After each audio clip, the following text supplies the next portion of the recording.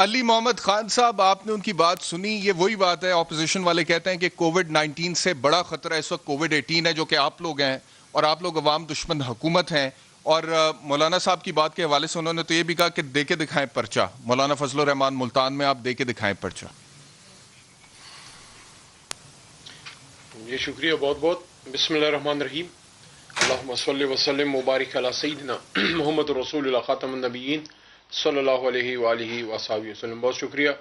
اس وقت پاکستان میں کرونا کا ایشو دوبارہ اٹھا ہے اور تیزی سے بڑھ رہا ہے، اور انڈیپینڈنٹ ایکسپرٹس بھی یہ بات کر رہے ہیں کہ جس طرح دنیا میں دوبارہ اس کی ایک سیکنڈ ویو آئی ہے تو پاکستان میں بھی اس کی ایک سیکنڈ ویو آئی ہے.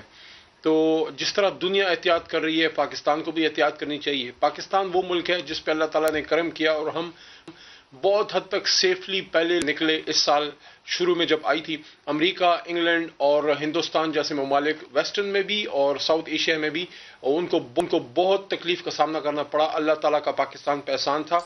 جہاں اللہ تعالیٰ نے ہمیں بچایا، وہاں عمران خان صاحب نے جو اسمارٹ لاک ڈاؤن کی ایک اصطلاح وہاں پہ متعارف کرائی. حالانکہ اس زمانے میں یہ لوگ کہتے تھے کہ حکومت کو فل لاک ڈاؤن کرنا چاہیے. اب پتہ نہیں کیوں یہ لاک ڈاؤن کے خلاف ہے، لیکن میں یہ سمجھتا ہوں کہ اس میں اللہ نے کامیابی دی. اب ضرورت اس امر کی ہے کہ اپنی اپنی سیاست سب لوگ کچھ عرصے کے لیے ایک سائڈ پر رکھ کے پاکستانیوں کی زندگی بچانے کی کوشش کریں، اور اس کے لیے جتنے بھی ہو سکے حکومت اپنی کوشش کرے اور اپوزیشن جو ہے حکومت کا اس میں ہاتھ بیٹھائے اگر وہ عوام کی زندگی سے مخلص ہے. یہ تو اس کا ایک ایسپیکٹ ہے. دوسرا بات جو ہے بیرسٹر صاحب وہ یہ ہے کہ مسلم لیگ نواز کی AJK میں حکومت ہے، وہاں لاک ڈاؤن ہے.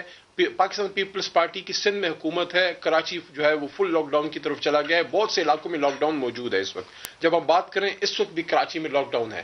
سوال یہ پیدا ہوتا ہے کہ اپنے جہاں ان کی حکومت ہے وہاں کیوں لاک ڈاؤن کر رہے ہیں، اور جدھر ان کی حکومت نہیں ہے وہاں کیوں اس طرح کی ایک ایکٹیویٹی کریں جس سے لوگوں کی زندگی خطرے میں پڑ رہی ہے.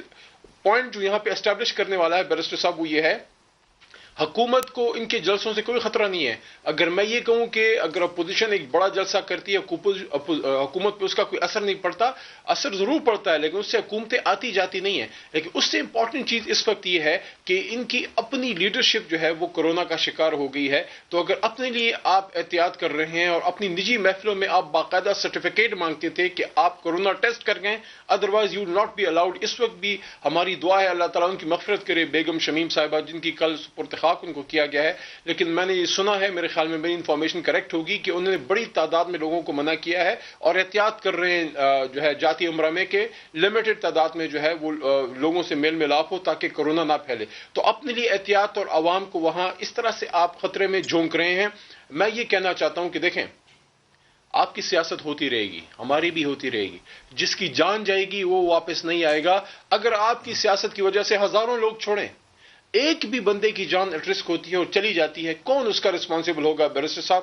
کیا اس کی ذمہ داری مولانا فضل الرحمان یا بلاول صاحب یا مریم صاحبہ یا شہباز شریف صاحب یا کوئی بھی اٹھانے کے لیے تیار ہے؟ جس آدمی کی جان کی وجہ سے جائے. اور دوسرا جو بیرسٹر صاحب اس میں امپورٹنٹ پوائنٹ ہے وہ یہ ہے، ساتھ یہ کہ ایک تو ان کے جلسے سے جہاں بھی جلسہ نہیں، جہاں بھی بڑی گیدرنگ ہوگی وہاں پھیلنے کا امکان ہے. لیکن دوسرا اس سے بھی اہم چیز یہ ہے کہ جب بڑے لیول کے جلسے ہوتے ہیں اور نیشنل لیول کے اپوزیشن کے لیڈر لوگوں کو بلاتے ہیں، وہ جو بیانیہ بنتا ہے حکومت کا اور اداروں کا کہ آپ احتیاط کریں، ماسک پہنیں، سوشل ڈسٹینسنگ کریں، اس چیز کو زخ پہنچتی ہے. وہ بیانیہ کمزور ہوتا ہے. لوگ کہتے ہیں کہ اتنے بڑے جلسے ہو رہے ہیں، ہمیں بلا رہے ہیں، اس کا مطلب ہے کورونا نہیں ہے.